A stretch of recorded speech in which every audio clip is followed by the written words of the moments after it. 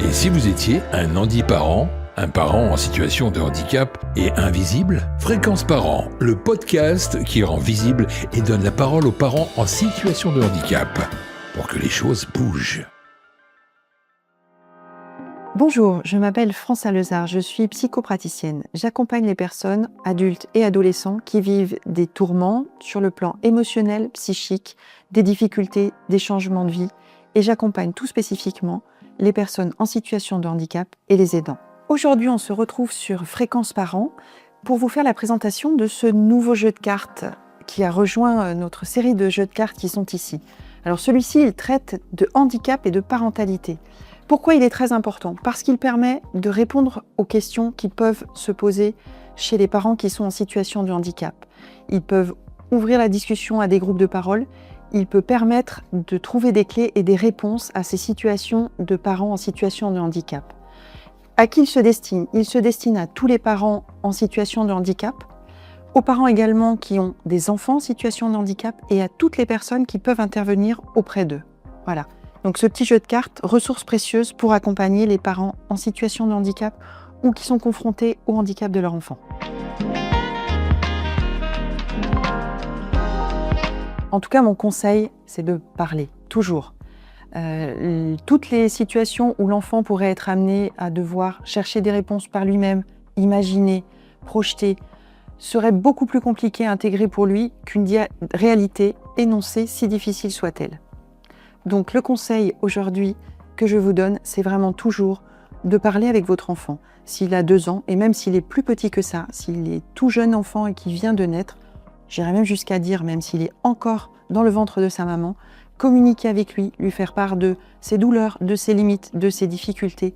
C'est vraiment le remettre en sécurité. Parce qu'encore une fois, tant que vous êtes aux commandes et que vous parlez avec lui pour lui livrer vos difficultés, il peut les appréhender, il peut capter votre état émotionnel et ne pas se demander s'il a une part de responsabilité. Gros point fort de cette option, ça le décharge de toute culpabilité le cas échéant, si toutefois il se sentait responsable ou coupable de votre état. Très important de parler avec lui. Ces astuces, vous les retrouvez bien sûr dans le jeu de cartes Handicap et parentalité. Alors, la question de la charge mentale, elle se pose de toute façon à la minute où on devient parent, qu'on soit en situation de handicap ou pas, et que notre enfant soit handicapé ou pas. Cette question, elle va occuper beaucoup de place dans notre vie de parents jusqu'à ce que l'enfant ait un âge assez avancé. Alors comment on répond à ça? Simplement en tenant compte de nos émotions et de notre état intérieur. Les meilleurs parents du monde sont les gens qui, selon moi, sont capables de reconnaître leurs limites. Il n'existe pas de parents parfaits, il n'existe pas de parentalité parfaite, comme il n'existe pas d'enfant parfait. Donc l'idée, c'est vraiment, quand la charge mentale déborde, quand c'est compliqué, quand il y en a trop, je prends le temps d'accueillir ça, de souffler, même si c'est 1 minute ou 2. Évidemment, je pourrais développer aujourd'hui des tas d'astuces beaucoup plus factuelles, faire de la cohérence cardiaque, faire baisser l'accélération de son système nerveux, etc. Dit comme ça paraît difficile parce que quand on est dans un moment de charge mentale important et qu'on a l'impression d'être débordé partout, on a l'impression que s'asseoir 1 ou 2 minutes, ça va déjà nous mettre en difficulté sur la suite. En réalité, tout ça est très physiologique. Faire redescendre le stress, baisser le taux de cortisol, ramener son système nerveux à un état stable, ça permet d'accueillir mieux. Parfois, dans la charge mentale, il y a beaucoup de fantasmes, il y a beaucoup de choses qui ne sont pas si urgentes et pas si importantes que ce qu'on pourrait le croire quand on est sous stress. Donc dès l'instant où on s'assoit, on se pose et on regarde les choses avec le plus de calme possible, déjà la pression va retomber. Évidemment qu'il va falloir faire face à beaucoup de choses. Là encore, mon conseil est toujours le même, parler, communiquer, dire à son enfant, à son entourage, à sa famille qu'on est en situation de stress, que c'est difficile, qu'il y a beaucoup de choses à penser. C'est déjà se décharger au moins de la partie qui consiste à dire « je tiens le coup » en silence, en essayant de rester digne. Voilà, ça c'est le conseil qu'on peut vous donner aujourd'hui.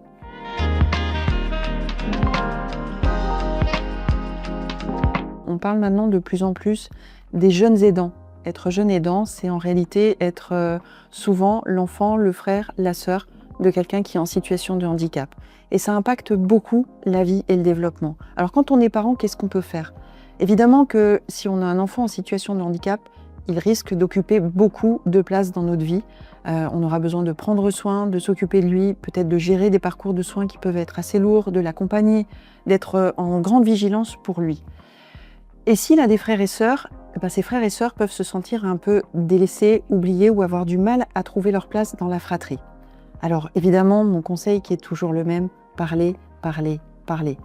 Quand je dis parler, ça veut dire quoi? Ça veut dire expliquer aux autres enfants de la famille que l'amour qu'on leur porte est le même, mais que simplement, en termes d'attention, on ne peut pas forcément faire une répartition qui soit tout à fait équitable, simplement parce qu'il y a un enfant dans la famille qui a besoin de plus de temps. Mais c'est important de faire cette distinction parce que quand on est enfant, notamment jeune enfant, on a tendance à associer le temps qui nous est consacré à l'amour qui nous est porté. Or, ce sont deux choses très différentes. Donc vraiment pouvoir dire aux autres enfants de la famille qu'on les aime aussi fort que celui qui occupe beaucoup de notre temps, c'est déjà une première chose très importante. Après, l'autre chose qui me semble importante, dans la mesure du possible évidemment, c'est d'arriver de temps en temps à laisser une place seule à l'enfant qui, lui, n'est pas porteur de handicap. Alors comment on fait ça? Soit on se tourne vers des associations qui organisent des temps de répit, et à ce moment-là, on peut parfois laisser son enfant en situation de handicap à la charge de quelqu'un d'autre et s'occuper de ses autres enfants. Ou alors, on voit dans son entourage personnel, sa famille, des ressources internes, ou même peut-être simplement dans son couple, qu'un des deux parents sorte de son champ habituel d'activité pour s'occuper des autres enfants de manière privilégiée. C'est très important. Encore une fois, en parler, c'est déjà beaucoup, et être en capacité de dire à ces enfants qui ne sont pas concernés par le handicap que oui, peut-être leur petit frère ou petite sœur, ils ont l'impression qu'il tient beaucoup de place, mais pas dans votre cœur. Déjà, ça, c'est essentiel.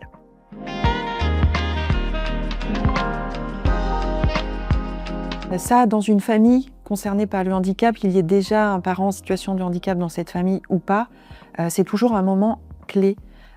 Évidemment, quand on se décide à être parent, on a de manière totalement inconsciente et même parfois plus consciente un projet de vie, des ambitions pour cet enfant. On a déjà imaginé ce qu'on allait vivre, ce qu'on allait partager, et certains parents vont même parfois très loin dans ces projections. Ils s'imaginent comment leur enfant va grandir.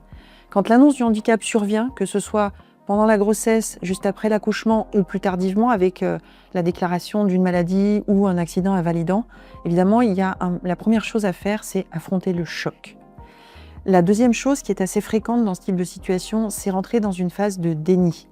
Un endroit dans lequel, quel que soit le profil de parent dans lequel on est, même si on est des gens avec de la force, costauds, etc., il y a probablement un passage pendant lequel l'inconscient va avoir du mal à intégrer cette information. C'est normal. Pendant cette période, il y aura effectivement beaucoup de moments où vous direz non, mais probablement ça va aller mieux, ou les médecins ont dû se tromper, les choses vont être différentes. C'est complètement normal. C'est le temps qu'il faut à tout le système psychique pour accepter cette idée et continuer à avancer. Ensuite, on rentre dans deux phases qui se suivent, ou parfois on peut les vivre en alternance et faire des mouvements à l'intérieur de ces deux phases qui vont être la colère et la tristesse. La colère, oui, on en veut à plein de choses, à plein de monde, au médecin, à l'enfant lui-même, et c'est normal. À soi, parce que peut-être on a été défaillant, on se dit qu'on a été un mauvais parent, qu'on aurait dû le protéger, que peut-être il a hérité de ce handicap de nous. Et puis la tristesse, c'est finalement une phase qui est souvent assez intéressante, parce que c'est le moment où on a accueilli cette réalité comme étant juste un détour du destin, sur lequel il n'y a pas d'autres conclusions à tirer, où il n'y a pas de coupable à chercher la plupart du temps. Donc la phase de tristesse, elle peut être très difficile à vivre, mais elle est souvent génératrice d'une phase dans laquelle on rentre juste après, qui est l'acceptation. L'acceptation, c'est ce moment où on va se rendre compte que la vie, elle va être faite de ça, et que ça reste la vie. Et ça, c'est le premier niveau. L'étape encore après l'acceptation, c'est l'intégration. Au moment où on a intégré, on sait que le handicap va être une composante de notre vie de parent, va être une composante de la vie de notre enfant, et qu'il va y avoir des tas de choses à construire autour de ça. Quand on a intégré tout ça, la vie peut reprendre son cours. Oui, le handicap fait partie du scénario, du schéma, de la vie de famille, bien sûr, mais ça reste la vie avec plein de belles choses à vivre, avec plein de belles choses à partager en famille et avec son enfant. Voilà.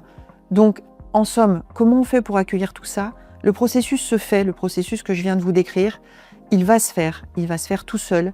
C'est un parcours psychique, la plupart des gens ont cette capacité. Il faut accueillir les phases les unes après les autres, accepter qu'elles nous malmènent parfois. Et si elles nous malmènent un peu trop, on a toujours l'option de se faire accompagner. Quand je dis se faire accompagner, c'est trouver des ressources dans le monde associatif, dans les groupes de parents, auprès d'un thérapeute, pour pouvoir aller décharger ses émotions et aller plus facilement et de manière plus légère à l'étape suivante.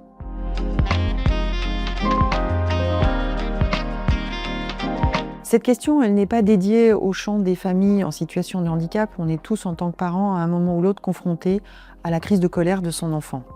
Alors, avant de se demander comment on gère la colère de son enfant, on va faire un petit focus sur c'est quoi la colère et à quoi ça sert. La colère, c'est une émotion. Une émotion, en vrai, ça dure de 3 minutes maximum. Ce qui suit l'émotion, en fait, c'est plus tout à fait une émotion, c'est un sentiment, c'est-à-dire une émotion à laquelle est venue se greffer une pensée.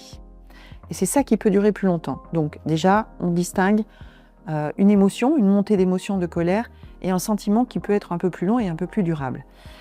La colère, toutes nos émotions ont des fonctions très précises. La colère a une fonction extrêmement importante, c'est de faire respecter nos limites. C'est vital de faire respecter ses limites. Si on n'était jamais en capacité de se mettre en colère, eh ben, on ne mettrait jamais de limite à rien et ça nous mettrait en grande difficulté très souvent. Alors chez les enfants, les émotions, elles sont exacerbées et ça sort, j'allais dire, un peu en vrac. Ils n'ont pas encore appris à moduler ça. Peut-être quelque chose d'important à dire, sur le plan psychologique, on considère que notre maturité émotionnelle, elle a lieu à 25 ans. Alors, je ne vais pas rassurer tous les parents parce que quand on est parent, ça veut dire qu'on va devoir gérer ces mouvements émotionnels un peu avec des amplitudes importantes jusqu'à un âge assez avancé. Bon, Dieu merci, généralement, après 15-16 ans, il y a déjà pas mal de choses qui sont en place. Mais la réalité psychique, c'est qu'on est vraiment en capacité de réguler ses émotions à peu près autour de 25 ans. Donc une fois qu'on a dit ça, quand on parle d'enfants et qu'ils sont en proie avec leur colère, il faut distinguer punir et sanctionner.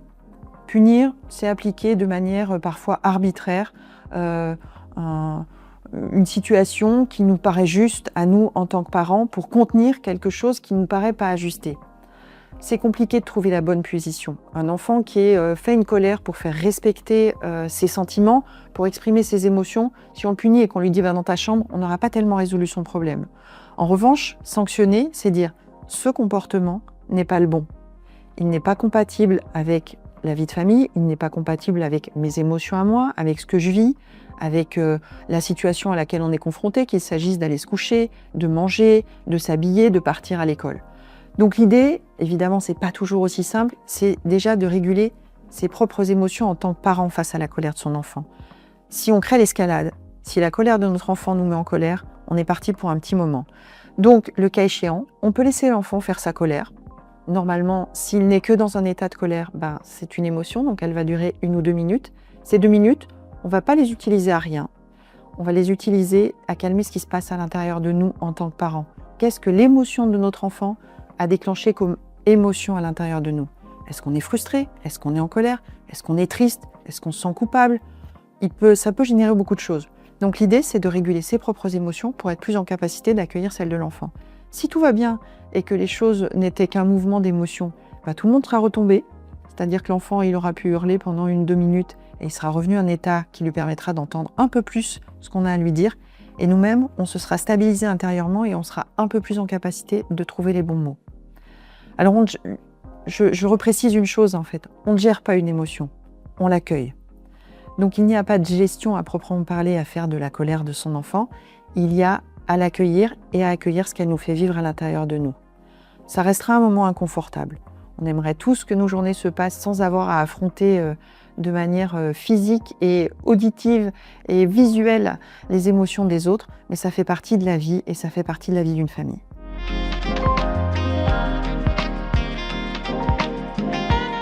Fréquence Parents, c'est le podcast qui essaye de répondre à vos questions, de vous accompagner dans votre parentalité. Si vous avez des commentaires, n'hésitez pas à nous les laisser. Si vous avez d'autres questions, des choses sur lesquelles on peut vous éclairer, partagez-le. Abonnez-vous, suivez-nous, partagez. Vous venez d'écouter Fréquence Parents. Alors si vous aussi êtes parent ou futur parent en situation de handicap, rejoignez le collectif Antiparentalité, un réseau de soutien et d'entraide entre pairs. Un podcast réalisé par Action Visible, en partenariat avec la région Auvergne-Rhône-Alpes et les marques Azae et Dom Alliance, spécialistes des services à la personne et membres du groupe à domicile.